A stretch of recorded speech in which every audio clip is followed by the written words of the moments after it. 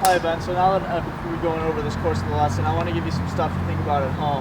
So we've been working on getting that full turn of our body just by thinking of our shoulder here. Yeah. And so with that, it's really good. If you stood in front of a mirror, you can do two of the things. One is seeing your body turn around your shoulders, just look at that and focus on it.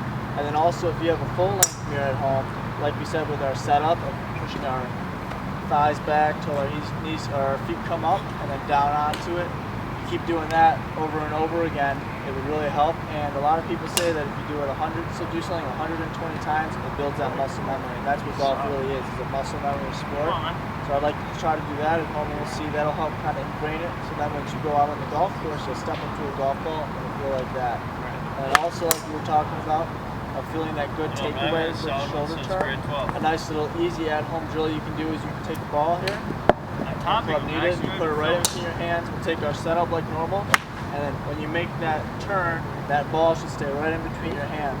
So if it moves any direction, you can feel that. So that's that natural move. Feel that just easy shoulder turn, and that'll get you right where you need to be. Not too far out, not too far in.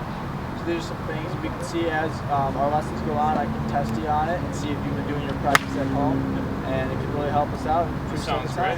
Perfect. So now you got some. Hi Ben, so like we were talking about, how we're trying to work on slowing our swing down a little bit, and that's going to really provide more centerness of contact for you, and that's really how we get the good distance, let that driver do its full potential.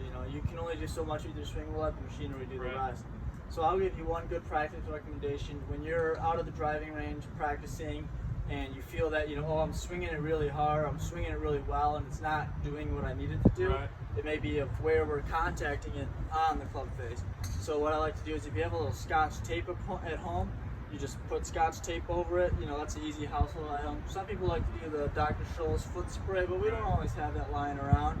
So with the tape, you'll put it on there on the face, and then hit a couple shots, and you'll be able to see the dimples on the face, and it'll give you that instant feedback right away, so you can know if you're hitting it right in the center, a little left, or a little right of center, and then make your fine-tune adjustments from there.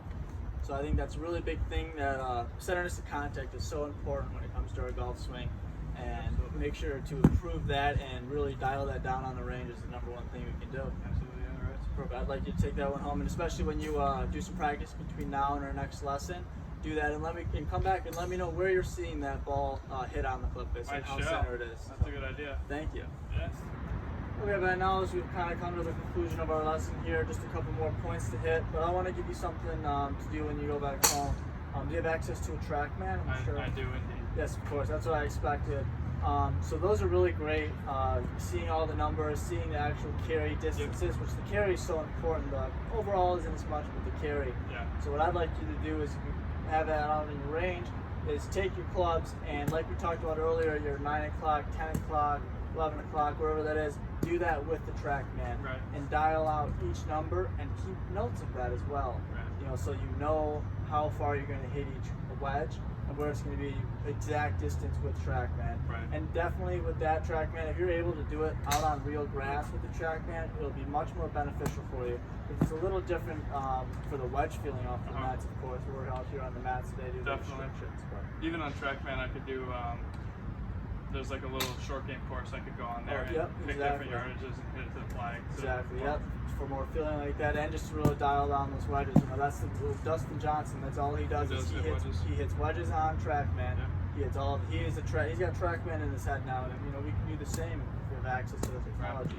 So that's one of your homework thing is go and figure out what's your o'clocks for each distance of a 60, 70, 80, 75, 85. Get even more increase from there. Absolutely.